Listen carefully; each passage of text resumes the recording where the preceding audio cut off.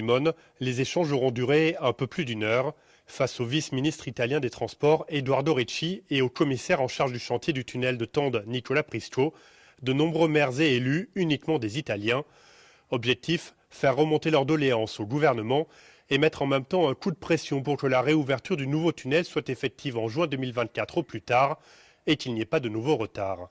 On en a marre d'attendre des années, maintenant ça fait 10 ans qu'on est là, qu'on attend. Et là, on a demandé comme maire de pouvoir faire le doppio senso de circolazione, c'est-à-dire le double sens et pas d'un seul sens, mais tous les deux sens, mettons une limitation 30 km/h. Si c'est possible, ils ont dit qu'ils iront le faire.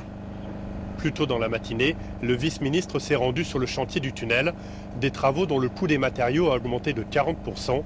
La réfection de l'ancien tunnel est pour l'instant stoppée.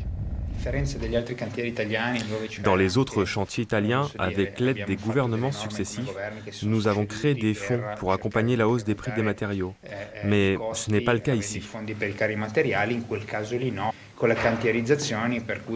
Avant l'été, pour accélérer le chantier, on a été contraint de déplacer une partie des ressources prévues pour le vieux tunnel vers le nouveau tunnel.